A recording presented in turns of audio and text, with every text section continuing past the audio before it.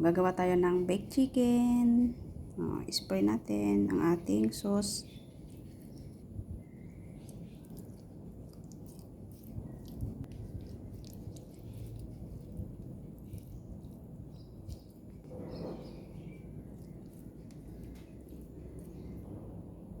Ayan. Ito yung ating, meron po akong kanyan, yung olive oil, oregano dry, tapos meron din tayong paprika powder at saka cayenne powder. Bake lang po natin ang ating breast chicken. So, kailangan po natin yung pagit-pagitan ng ating breast kasi ito, nikakat ko yan. So, kailangan meron siyang sauce.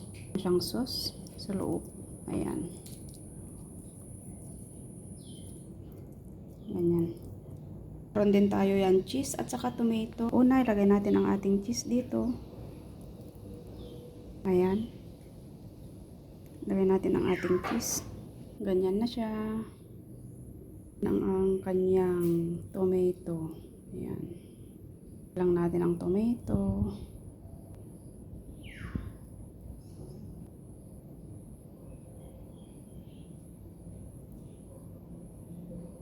Ayan. Tsaka natin siya i-bake mamaya ng mga kahit 15 minutes lang po. Ayan, takpan lang muna natin. Mamaya natin siya i-bake.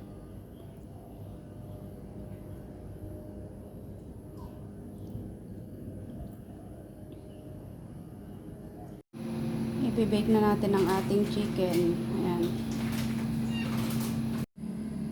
Ito na yung ating chicken. Ayan. Baked chicken in cheesy tomato.